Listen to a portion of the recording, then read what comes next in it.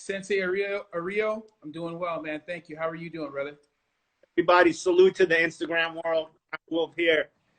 Back Giddy up. again. That's right. I appreciate that. You know, you were one of, as I said to you before off screen, you're like one of my top guests, man. People love it. So bring it back for the second version. And definitely love coming on and, talking, spitting some knowledge and sharing my experiences. Mine is training because, the podcasts, when we sit down and talk to people, I think they're very beneficial because, a lot of beginners or people just see, the training and they don't understand, the methodology or the thought behind it or what it takes to get from point A to point B. Sometimes we forget. You got to remember where you come from as a beginner, that you don't know shit. And it's okay to say, as I started, I didn't know shit. I've been training for, consistently for about 15 years.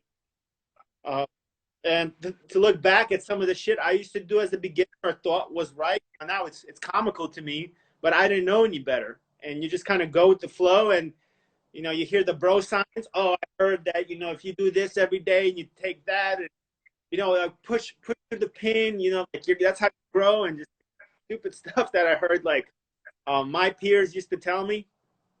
So I want to avoid people from making some of the mistakes I did and kind of pave a path for them so they hit their goals a lot quicker. So let me do the trial and error as I already did, and I'm going to share that with you guys so it saves you a lot of time, health, and energy as well. Perfect. Well, let's get right to giving them some knowledge and information, and I'm going to start right in on the questions, young man. So first thing that I want to ask you, what are principles of scaling a calisthenics program, right? So you have a beginner, they want to start doing this program, they get comfortable with doing the movements, and now they want to start building on that, either in terms of volume or load. What are the things that they should be thinking about when scaling the program? So when scaling a program, the word that comes to my mind is sustainability.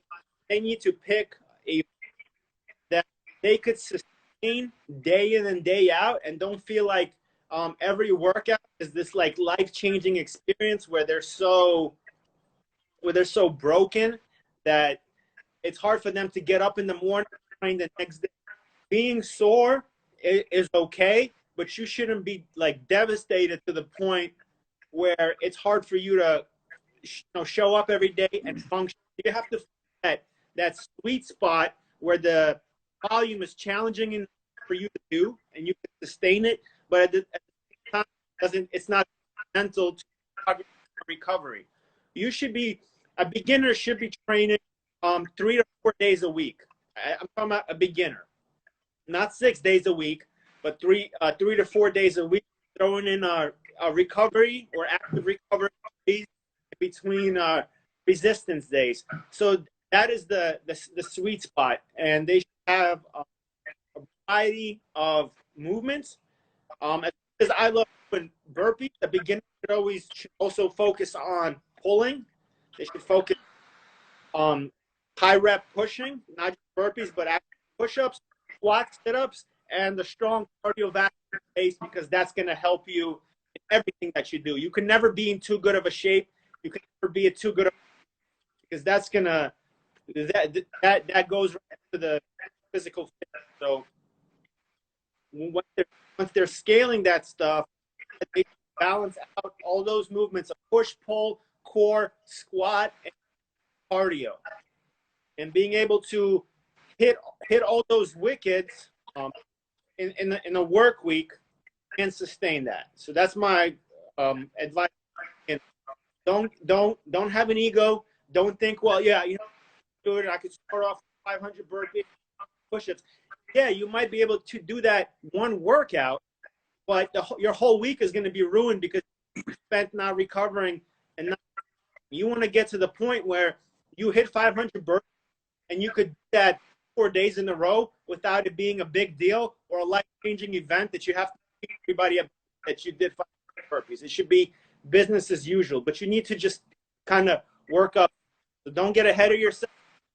Don't let your ego take over. And better to start slow and add than to start high and then subtract. For sure, for sure. You know, those comments, they make me remember an interview that I watched with Firas Sahabi. And he is a MMA coach he trains George St. Pierre and a bunch of guys like that in the UFC. And one of the things that he said is that he did not believe in making his athletes too sore. And the interviewer is like, well, why? I don't get that. Like, other people are training hard. And he said, if you look at the work under the curve, if you plot the work that they do over time, and if you take the people who never get sore, they're working hard, but never enough to get super duper sore, and you plot that against people who are killing themselves in workouts, right? He said, over the course of the year, the people that are working hard but never sore, they're going to put out more work, right? So if you're looking at a volume of work over time, they're going to give you more. Why? Because they're never sore, and they can work out more consecutive days than can the person that you said who's going to smash shit on day one, 500 reps, and then now he's got to recover for 4 or 5 days, and he can't work out during that time. So there is a lot of ego check involved, right? It's like, what are you trying to do, right? If you want to be sustainable and you want to actually get real volume over time, then sometimes that means that you got to do a little bit less on each individual workout, right? Yeah, so. Yeah. Never throw yourself into the lactic acid bath every work. Now, I do believe that there should be some culminating events where you take it to the max and you want to test that threshold, whether it be a time trial run or a time trial on your burpees, or maxing out on your pull-ups. You should days like that. They shouldn't be every day. You pick a day, exactly, and followed by a recovery day after that. Yeah, and you'll get a lot more, and the quality of your work will be consistent. It's about quality of the reps, and not just doing junk volume, junk reps, and saying X amount of reps, but those reps weren't beneficial for you. You're not working hard. Exactly. And ASL Fitness asked, is this going to be recorded and posted later? Yes, it will. It'll be up on my IGTV today, and then an edited version will go out later on my YouTube channel. But what you just said there, Art, that leads me to my next question, okay? So are absolute numbers necessary to achieve success and demonstrate proficiency in calisthenics training? In other words, I've watched many of your workouts, and I've worked along with some of them. And, when people they see your workout, they go, oh man, he did 500 burpees today, or he did 1,000 burpees today, right? Do those absolute numbers mean something? Is that what's necessary to show people that you are proficient in calisthenics? No, it's not. I always believe that numbers are something that's man-made, and in the end, your body doesn't know what 500 burpees is, or what 1,000 burpees is, or what 100 burpees is. I believe all it knows is the effort that's put out and how hard you have to work to get some kind of stimulus.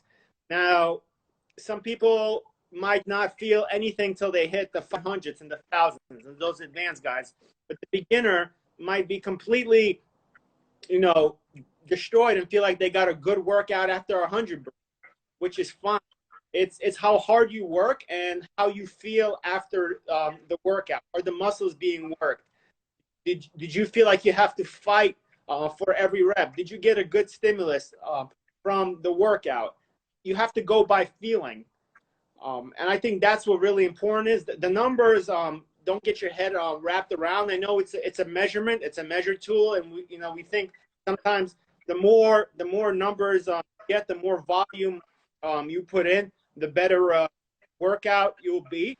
But then it also goes into pacing, the aggressiveness of a workout. How much output are you doing? 100 burpees, 15 minutes might not be that hard, but if you're trying to hit 100 burpees in 6 minutes, now we're talking about a whole different workout. So volume is also paired with intensity, and how really hard you're digging in and trying to hit those numbers. Um, so I think for people that are watching and trying to understand, do numbers matter? No, they don't matter. They don't matter. It's how hard you hit the reps with good form and how you feel after a work. The numbers will always fluctuate, and 500 burpees will never feel the same on any given day. There's some days where I go out, I hit 500 burpees, like, man, that felt light.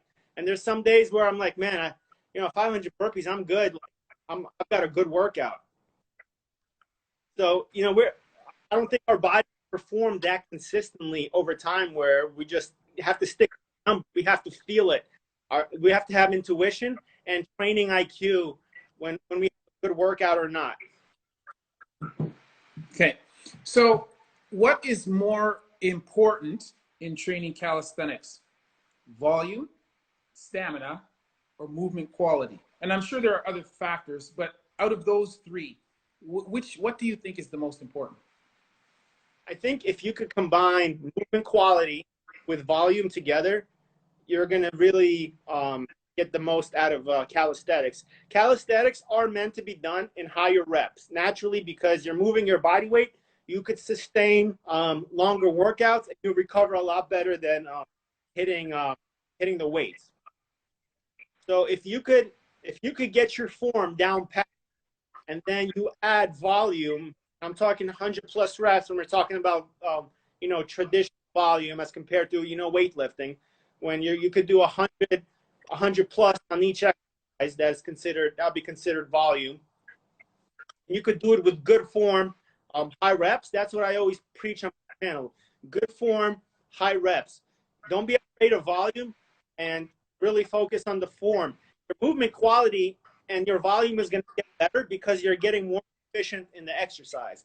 Once you start tightening up your form, understand that you have your core tight, your movement quality is going to be better. Your reps are going to feel easier because it's called energy leaks.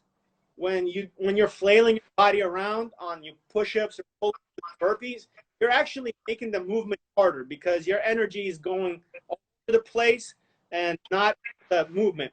Once I get up on the pull-up bar or the push-up, body's tight and I'm moving rigidly, the exercise will become easier, and then you'll be able to do more reps because your form is better. So they have a working relationship.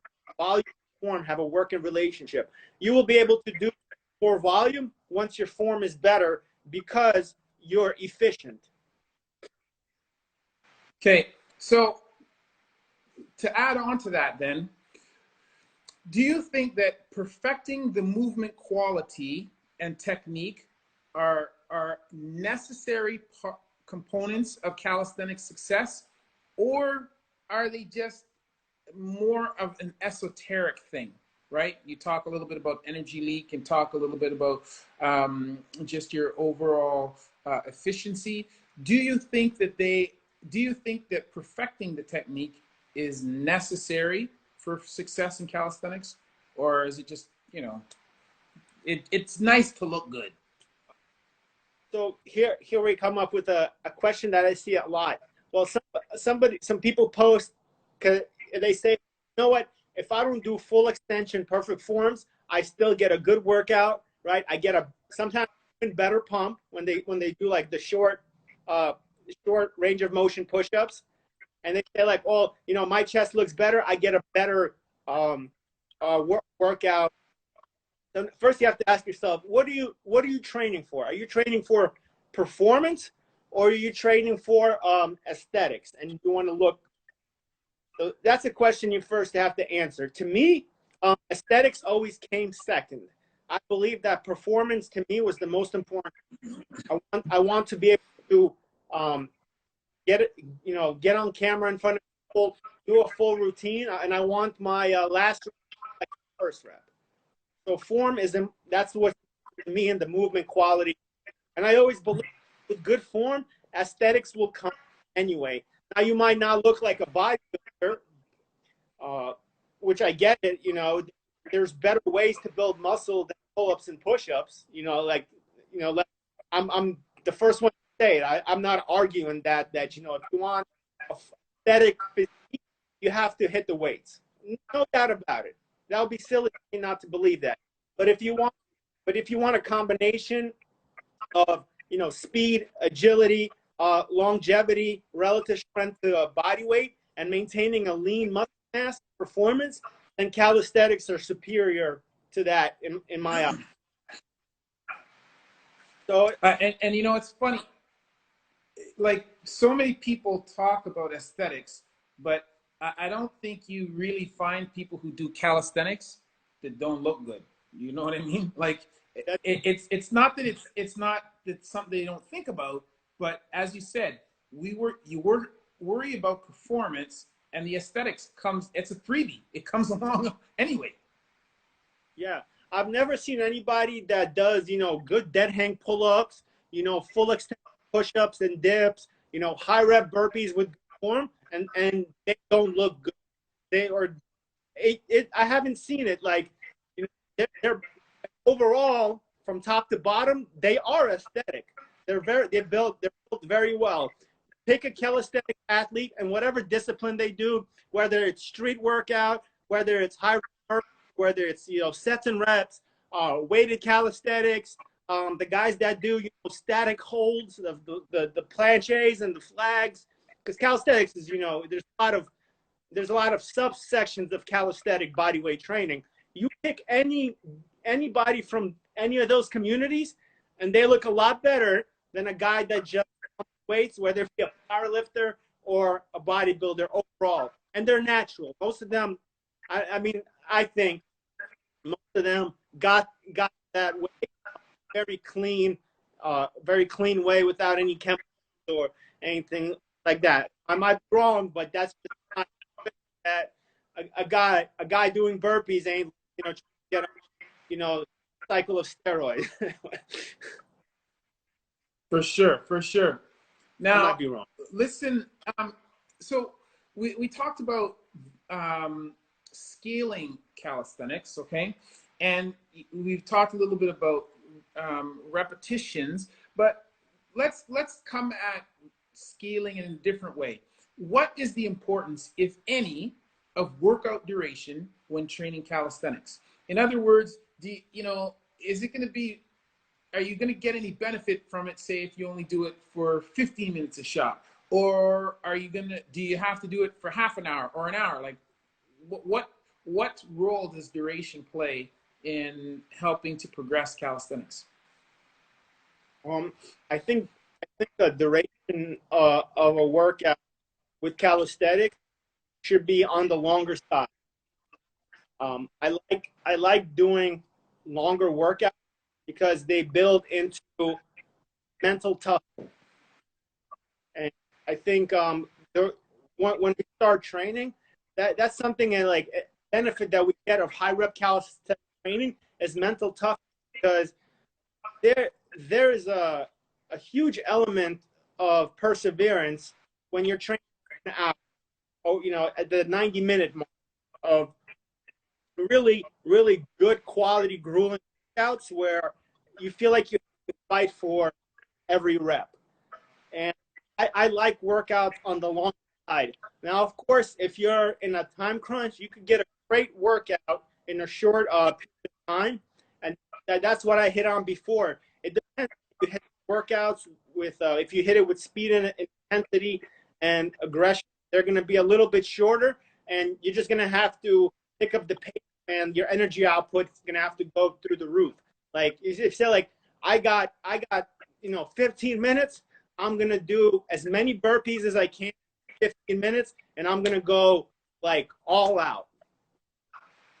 You're going to be spent because you're not leaving any room for rest. There's only such a period of time you could work, till you're going to slow down.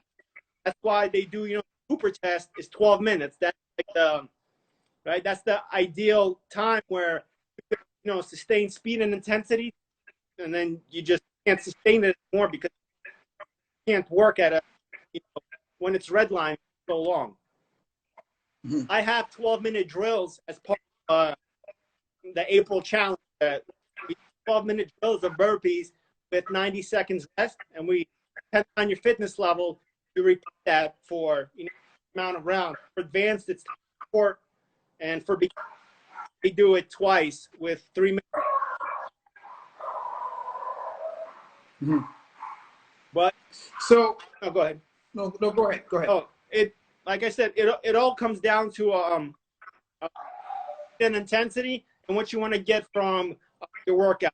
But back to the original question, I believe that doing the longer workouts and hitting the volume with good form is going to make you mentally stronger. It's also going to build a solid foundation. You need reps and have a very, very high foundation underneath you. Till then, you could start doing the shorter workouts, because you could still get a lot more done in shorter workouts, but you have to be proficient enough in the training to get that amount of volume. Because for myself, about depending on the day, 33 to 30 minutes, I could hit 500 burpees, and I have stuff on camera. So it took me that's a short workout, 35 minutes. Let's just say average 500 burpees. That's a short amount of time, but good. But it took me training 90 minutes, 2-hour workouts to be able to get to that level where I could do a high volume in a short period of time. So start with the longer workouts. The longer workouts will make you more fit, where you could get more volume in a shorter period of time. And now you don't have to train. But don't think, starting off doing, 15 minutes, 20 minutes is going to get you a good result. You got to pay your dues, and you got to hit the longer workouts. They can make you fit, so you can do the shorter workouts and get more out of it. Okay. So if somebody wants to work to build up that duration of training, what are some principles you can give people to avoid injury if they're looking to increase their duration of training and increase their volume of repetitions? So injury prevention, I believe, starts with maintenance. And I know you as a surgeon know this probably 10 times better than me. But injury prevention starts with being, flexible, warming up your body, prepping your body before you do the movements. Like, a lot of my workouts is shoulder heavy. I do a lot of shoulder mobility before I start. Don't get me wrong, guys. I'm not on camera. Start doing the rest. When I turn on the camera, I've been warm for about 15 minutes of I do bands. I do all kind of mobility, preparing my body. There's no way I could go into a workout cold and not expect for me to like neck injuries. So you have to warm up. You have to do mobility. You have to pay special attention to whatever you're working that day. So your shoulders, your chest, and I'm going to do more upper centric warm-ups. If I'm running that day, I'm definitely going to do a lot more lower body, centric mobility. So you have to be smart about it. And then after your workout, just call it a day. You have to the muscle that's been taxed. It's warm. It's more limber, so you can get a better stretch. Warm up before your workouts and stretch cold. And you really get those deep stretches. Your body's so loose, you get the most out of it. That's one way to maintain joint health, muscle health, is having a solid, mobility, warm up, and cool down routine. The other part is never do something if you feel uncomfortable, like hand placement, grips. If it hurts, don't do it. Don't muscle through it. Don't listen like, my boy told me that, if I do push-ups like that, it's gonna build my up more. If I do like that hurts me, then I'm not doing it. You're the CEO of your own body. You're in charge. Don't you know, forget what everybody feel to me. I can't do push-ups like that. I can't do push-ups like that. So I'm always like this kind of guy, like right underneath my chest. That feels good for me, and I've been doing it for years. It doesn't bother me. So find a way that works. There's no strain on your body, and it feels natural. I also never been a fan of you know, really wide pull-ups. In the Marine Corps, you know, we have a physical fitness pull-ups. There's some guys that just are, and they're like, you know, a wingspan of a fucking. They're like cranking pull-ups, but this just feels uncomfortable to me right now, and I'm not even doing anything. So for me, my pull-up grip that works for me, and for me to sustain my training, is to go, you know, about a little bit shoulder width. You do pull-ups like that. I'm comfortable. I don't have to, like, you know, be uncomfortable, you know, grip through the pain, and I never had any issues. So if you're a beginner, find a hand placement that works for you. Find a grip that works for you.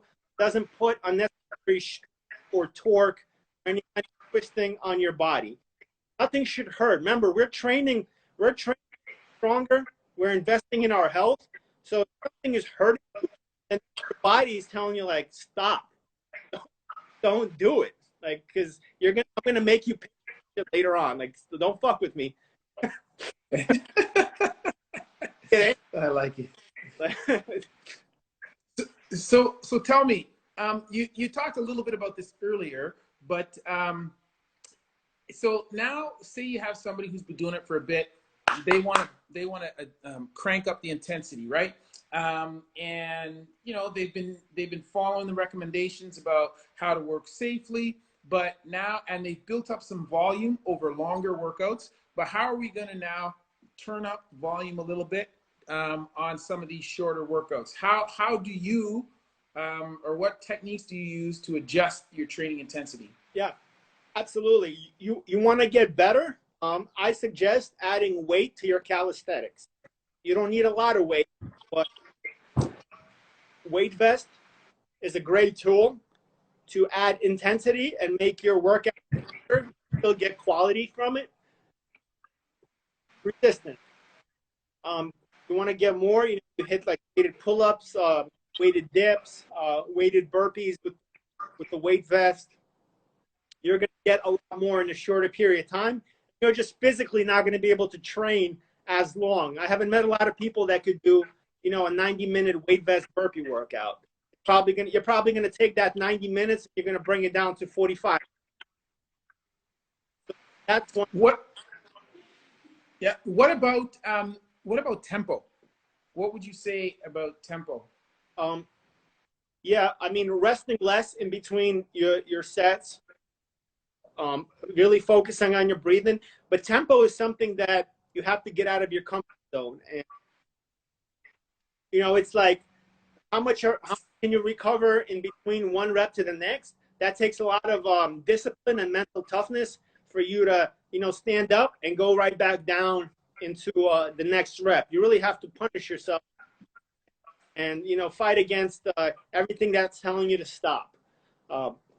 I like to count breaths in between my reps as I'm going. You know, 1 rep, 2 breaths is a really good tempo when you're doing your burpees.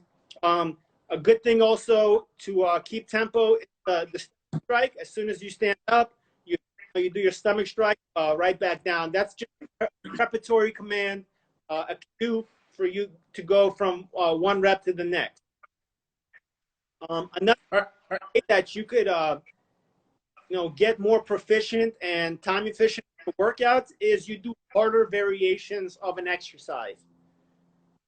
You know, you hit, you know, the Navy SEAL, and you've been doing 1 pumps, and you could do 1 pumps for an hour straight, and, you know, stop doing 1 pumps and start doing Navy SEALs. Your workout time is gonna get cut down, and the intensity of the workout is gonna become a lot quicker. And actually, another thing you could do is you could start combining burpees with other calisthenic exercises. So we say legs and lungs.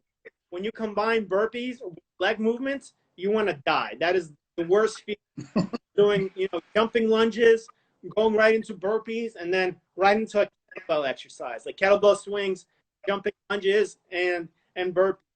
When you start, you know, increasing the intensity of the regimen, and you're going from exercise to exercise, that works huge muscle, that works such huge body parts like your legs, like your quads, hamstring. I mean, there's no room for breads. And then once again, you build your workouts where it's easier for you to sustain something for a long period.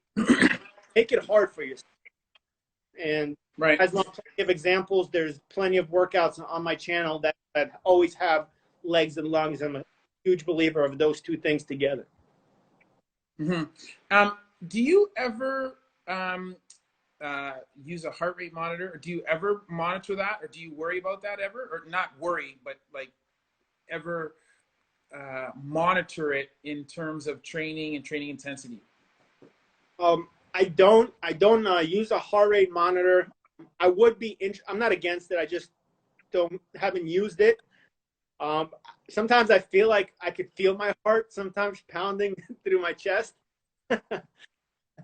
And that's as long as it keeps pounding, it's okay. Yeah, that's what I say. It's going, so I'm good. Sometimes I have to check. Am I still here?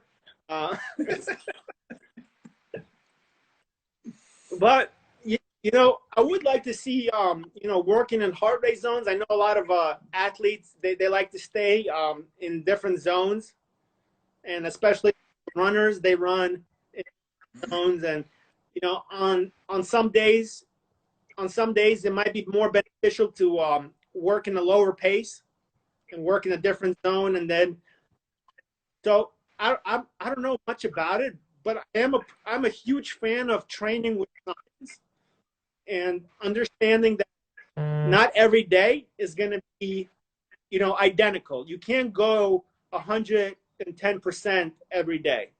There's train lighter, and because your heart rate goes through the roof. And I feel it sometimes when I start the workout, and like 2 minutes in, I'm like, man, I'm breathing hard, and I feel like my heart rate going through the roof. So I think those are days you should back off just a little bit. If speak more on that. Yeah. Do you one thing I think which is interesting that you just said there, some days 2 minutes in and you're like, oh man. When you are working out, when you start a workout, will you always know within the first couple minutes how it's going to go?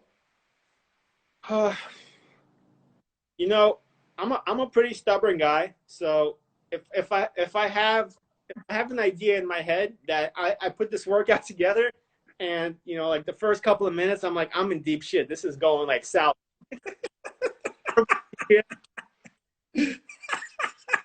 But I'm on camera and I gotta go. That's it. Yeah. And I'm like, well, you know what? I'm not quitting. I made this monster of a workout. I'm gonna finish it. Maybe not thing to do for people starting. but sometimes I surprise myself. Sometimes I push myself through that threshold. I always feel like it's always the first couple of sets are always the meanest. They feel the hardest because you're not loosened up and you're like, oh, it's gonna suck. But sometimes I surprise myself. I just kept my head down, and I concentrated on my form and focused on the breathing, maintaining all the fundamentals of proper movement, being efficient, and pushing myself. And the workout turned out good. And sometimes it was cool from start to finish. I felt I felt just as shitty when I started and I ended.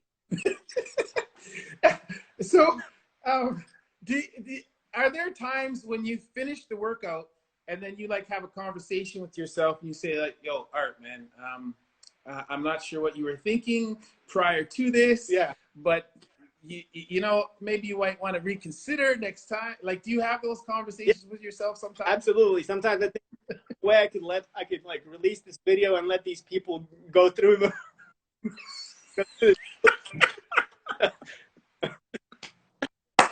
this terrible, not every workout be perfect, right? Sometimes you Yeah. combinations and it just doesn't work, or sometimes it's just too much for you to get a good stimulus, and you'll be standing around, trying to catch your breath. Workout should have a nice flow. Yeah, so sometimes I'm like, you know what? Delete this video is never seen light of day. This is terrible. So I can relate, okay? Because at my office with the gym that we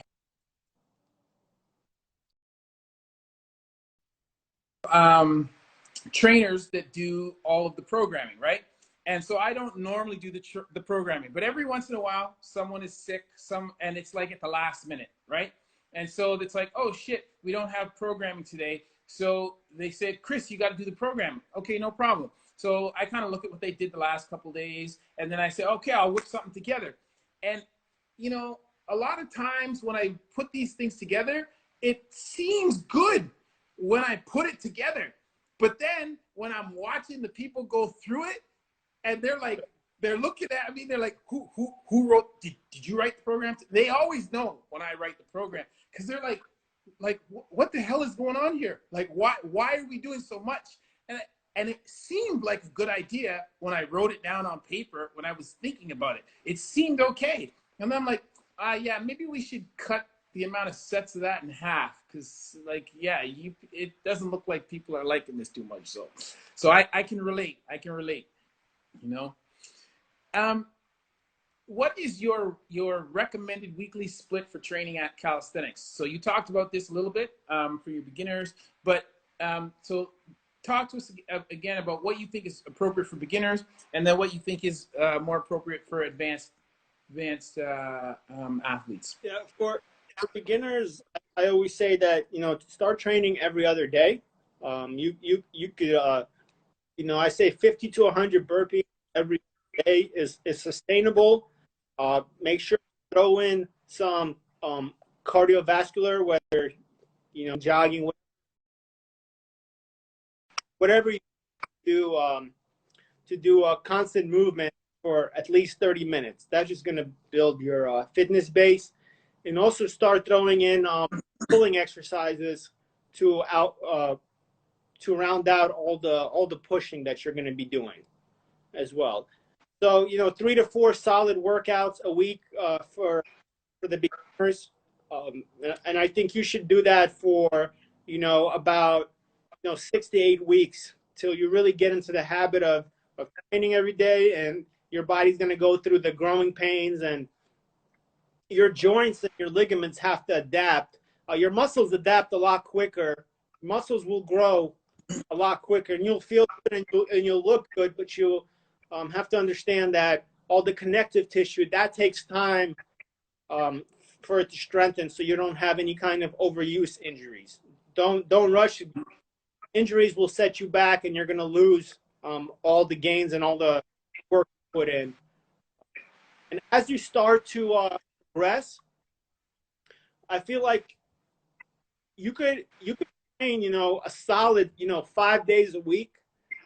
You could be breaking your routine to three styles. You could do a circuit where you pick 3 or 4 exercises.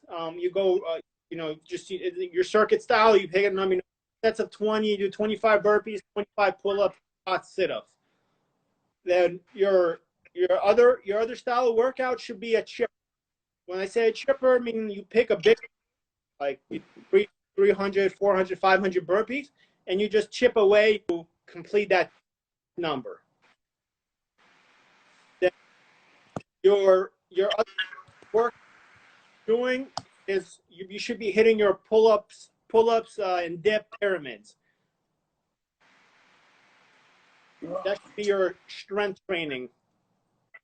Say with the calisthenics, you should be really working on your foundational bar movements. You should be hitting the bar and working where you're not overtaxing your central nervous system, not maxing out.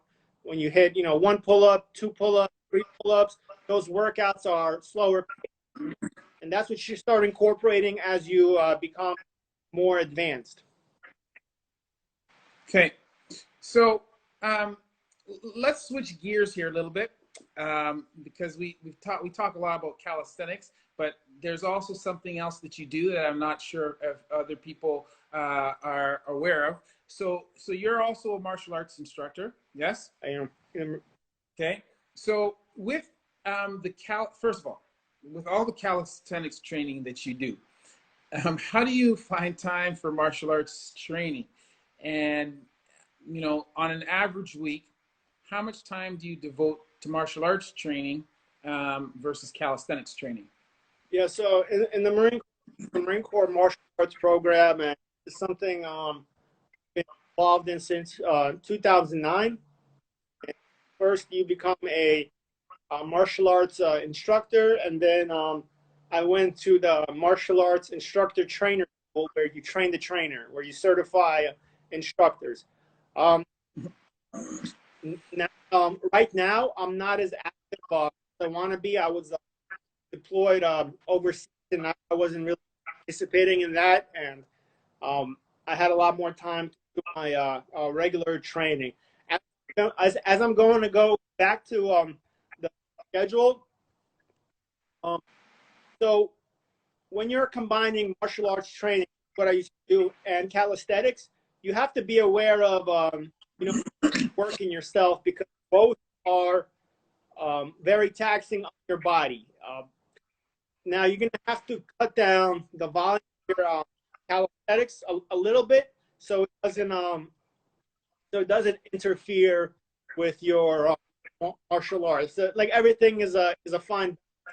The Marine Corps martial arts program, it has a lot of workouts in the martial art. There's a lot of drills where you're carrying somebody, you're running with ammo cans or water jugs, logs. There's a lot of actual training in the martial arts, because the concept of it is they want you to be able to fight or defend yourself when you're tired, like you're doggone tired, because that's what's going to usually happen if you end up in a hand-to-hand combat scenario. You're going to be out of ammo. You're not going to have things really bad happened where now you gotta do some hand-to-hand combat, and you're probably going to be very tired. So when I was instructing and I was doing the Marine martial arts on a regular basis, I would combine calisthenics workouts with the martial arts, and we would just whatever drills we had that day. Sometimes we would do burpees as a warm-up. We'd hit 100 burpees as a warm-up, and then go into practicing. And then back end, we would do 100 burpees as a closeout. So that's one way you could get the volume in.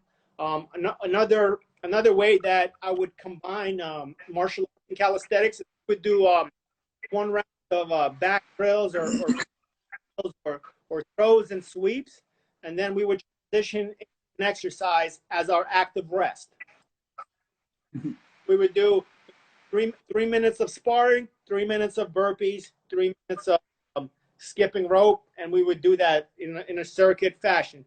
But the volume of the calisthenics was a little bit less if I was doing strictly calisthenics, and you really have to listen to your body. I know a lot of subscribers that do boxing, MMA, jiu-jitsu, and I question all the time. You have to find a sweet spot where you're coming into the ring and you're feeling like you're drained. It's a fine balance. But yeah, you could easily combine into the drills. You just have to really watch your hydration, your nutrition, and your recovery as well. Mm-hmm. And just out of curiosity, so the Marine martial arts program, does it focus on a particular martial art, or is it more a combination of skills from a variety of arts? Yeah, it's a combination of techniques pulled from different martial arts disciplines, and a lot of it is also weapons. It's heavily weapons based. There's a lot of knife fighting in there. There's a lot of stuff with the bayonet, a lot of weapon retention, and a lot of counters to chokes and holds and grabs, and but like again, it's there's boxing, kickboxing, jiu-jitsu, judo, some Krav Maga. There's a lot of disciplines that were put together, but the program is never practiced like in shorts and a t-shirt. You're always in full combat kit, so Yep. it's a whole different ball game to try to execute shoulder throws or hip throws or sweeps when somebody's wearing a combat load. It's very combat based martial art. So don't think of it as know what, I got through it. MMA, like where and I got some new skills moving shorts, forward. and that's it. You're always wearing boots, and it's a different. It's a military martial arts self-defense program that is very heavily weapons based. Okay, so if you were to think about the principles of training for calisthenics versus the principles of training for martial arts, are they similar? Are they different? If so, how and why? They're very similar. Both require a lot of constant practice. It's a perishable skill. Calisthenics, martial arts, if you're not showing up every day and visualizing the techniques, whether it's the technique of the martial art or the form of the exercise, and you're not actively mentally engaged and focused on what you're doing, you're not going to be successful. You have to approach everything as a skill, and you have to practice it. Training and of any capacity, calisthenics or martial arts, is practicing a skill and being proficient in it. And it takes, thousands and thousands of repetitions. It's all about repetitions, whether you're doing, techniques, striking, submissions, different positions from the top and bottom, or you're practicing pull-ups and push-ups. It's all about repetitions. Repetition is the key to excellence, and you have to really hammer it in so you have muscle memory, those gross motor skills. And it always gets harder when you're fatigued, right? It's the same thing with I said with calisthenics and martial arts. Everybody looks good the first they're fresh and they're feeling good, but it's not what you could do in the beginning. It's how do you perform when you're fatigued and it starts to suck. You got to have that perseverance, and it's highlighted in both of the disciplines. Yeah, I've had a conversation with Pat McNamara, who is a retired Delta Force operator, and he does tactical training now. And I talked to him about one of the drills that I saw him doing at the range, where it's loosely called run and gun. It's a number of different drills, right?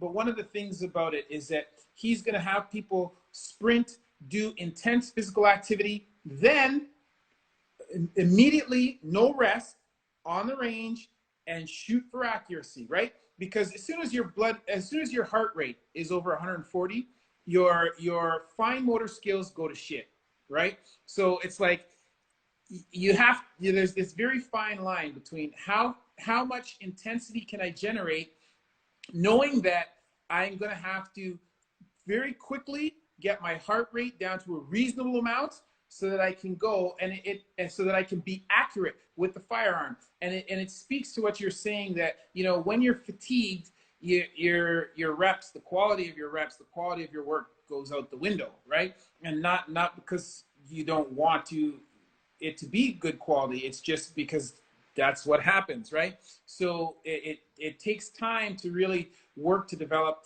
a level of fitness, and then also a level of focus, so that you are able to have both of those things and function well at a high level, but also be able to then retain the fine motor skills, retain all of the quality movements after you've been doing that kind of stuff.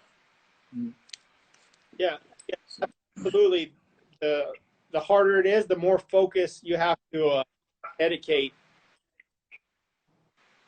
and you got to For put sure. So on a regular basis. exactly, you have to step outside your zone of comfort. Absolutely. So when you yourself are training for martial arts, and I suspect that your answer is going to be different than other people because you know, this is part of your profession. But when you're training martial arts, what is what are your goals? You, Art, Iron Wolf, what are your goals for training when you're training martial arts? Um, yeah, in general. Well, speaking on the Marine Corps martial art, my goal is to be as proficient, um, as proficient as I can be with techniques, and master the, and also be able to teach and demonstrate properly to others. So I have to be able to know it well enough and speak well enough about it, so I could stand in front of a group of Marines or people. It's all Marines, and demonstrate techniques and pass on knowledge, so they could walk away with, oh, that's the way it's done, the way right looks like. So right now, I would, the main goal for me, where at my point as instructor. Mm-hmm, mm-hmm. It's you know, when I think about um, you training yourself and then training other military members, personnel, you know, I get that. You need to be the picture of what is right. But I also understand, you know, when you think about martial arts and people, oh, like I was a white belt and then I became a yellow belt, orange, blah, blah, blah. And then I became a black belt, first dan, second dan, whatever. All of those things are nice, well and nice. And it's awesome to show a certain level of proficiency. But when you are training these, when you're training these, you know, these warriors, right? Military personnel, it like the belts. Who cares really? You know what I mean? It's because it's not about belts. It is about exactly what you said, being as proficient in this task as best I can. Because if you ever have to use it, it's a life or death like there, it's not, oh, I'm a white belt, this guy's a purple belt. It's like, no, this is life or death, right? I'm using it to defend myself, to protect my, you know, my teammates, my fellow soldiers, or whoever else. And it's, yeah, it's the um the rewards and the risks are on a different level. Yeah, Different level. and it's not about, you know, anything fancy. Just being, you know, extremely, you know, proficient and lethal with the techniques, and it's always going to be the basics. It's always going to be the excellence in the basics. It's, you know, it's how good can you, you know, you throw that one punch, or how good can you execute a simple sweep, or, you know, how well can you block. It's always going to be the basics that you have to constantly, you know, get proficient at. You know, boxers Yes. jab, you know, for thousands, you know, millions of, you know, repetitions, and it's just a jab, the most basic. But there's a lot, just being able to throw a really good solid jab. There's Mm-hmm. a lot, and you never stop, you know, sharpening that axe. You stop getting better every day, you know, proficient. We're eternal students, so whatever we do, and you just have to enjoy it, and want to do it, and believe what you're doing is valuable to you. If you got to give, it comes down. If you don't give a shit, then you can't fake it. You'll never. For sure. People will see if you care about it, or So just be honest with yourself, and if calisthenics or martial arts is not for you, then that's okay. Like else that you're good. Be honest with yourself and don't waste people's time. Yeah, yeah. So, last question here, young man. Makes me feel old saying that. Um, so, talk to us about your April challenge. We talked a little bit about it before we came online here, but talk to us about your April challenge. Tell us about what was the kind of the goal behind it, what you're hoping to achieve, and why is it different than the other programs that you've done previously? Okay. So we're on the tail end of the April challenge next week. Last week it was a 4-week training plan that I put together. This is a fourth challenge that I put out on my throughout past a couple of years. Now, what is the goal of the goal was to first of all demonstrate to people what a well-rounded training looks like. I structure my workouts because I just get a lot of questions all the time. Where should I start? How should I train calisthenics? So that was my goal, was to put it out there for the public and bring people into my world. How does the Iron train? How do I see fitness, and what would be beneficial if you were to follow my training program? Now, the program is absolutely free, like all of my programs are, and I want to be able to train with people and give back to the community, because I feel like it's very valuable to give back to your subscribers. People take a lot of time out to watch my channel, show my support, and I want to be able to better reward them for their loyalty and continue to support my channel. This is probably the most in-depth, most well-rounded, well thought out challenge that I put out. I wanted to bring in all the aspects of physical fitness that were important to me, and really round it out with not just burpees. There's dips, there's running, there's core. I added kettlebells this challenge because I'm a big believer that kettlebells really will make you overall better athlete. And I put that all together a 4-week, and I punted it into the universe. It's all good, man. That's the way you got to do it. And we got all my subscribers, the Wolf Pack. We've been training together. I have a Facebook page where people come and they post stuff, whether be questions or how they're going through the challenges, motivational stuff, etc. And we talk about it, and we get through it together as a family.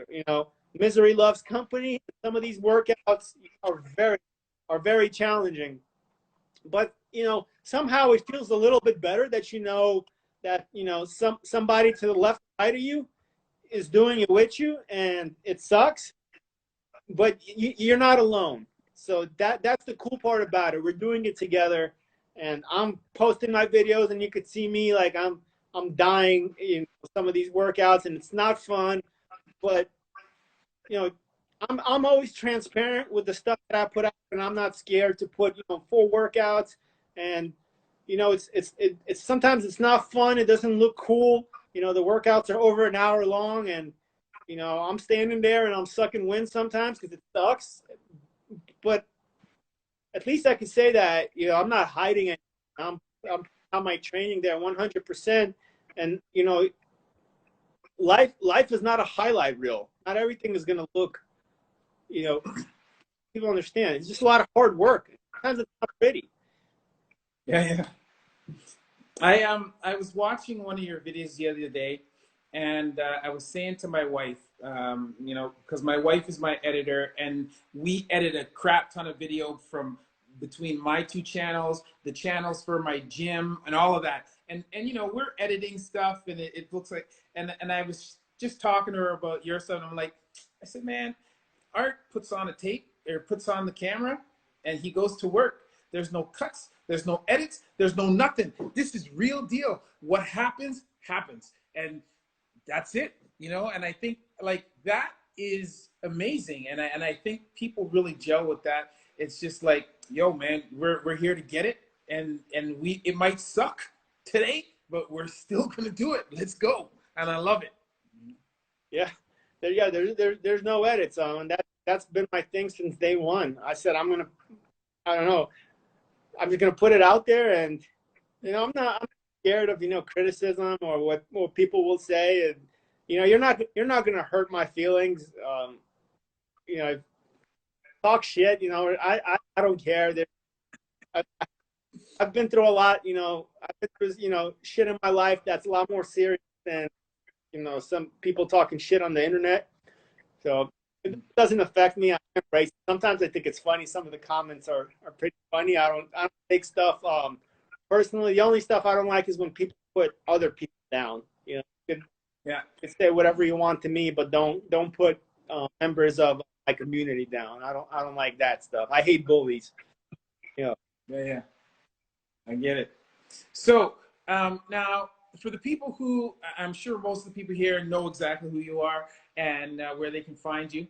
But for anybody who's viewing for the first time and hearing about you for the first time, please, Art, tell them where they can find you, and you know, if they want to join up and start doing what you're doing, how can they do that? Yeah, YouTube, Iron Wolf.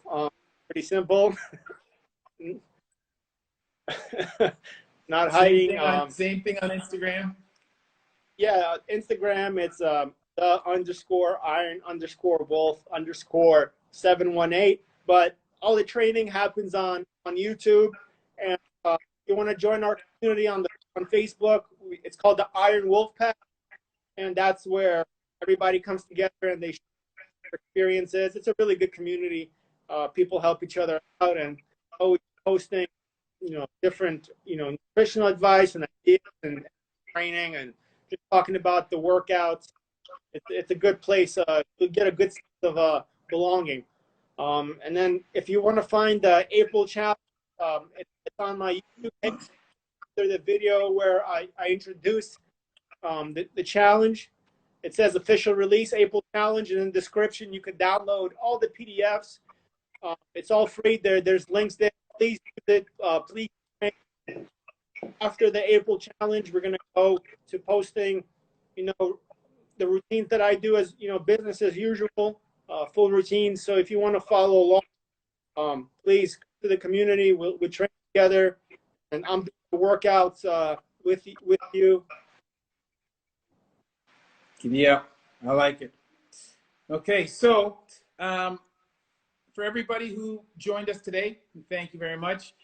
Greatly appreciate it. And once again, I'm going to say thanks to Art for being here. And for all of you people who don't believe that the man does smile, you saw it here on my challenge. Art's just a guy, and he does smile. So it's all good. So I want to say thanks to you.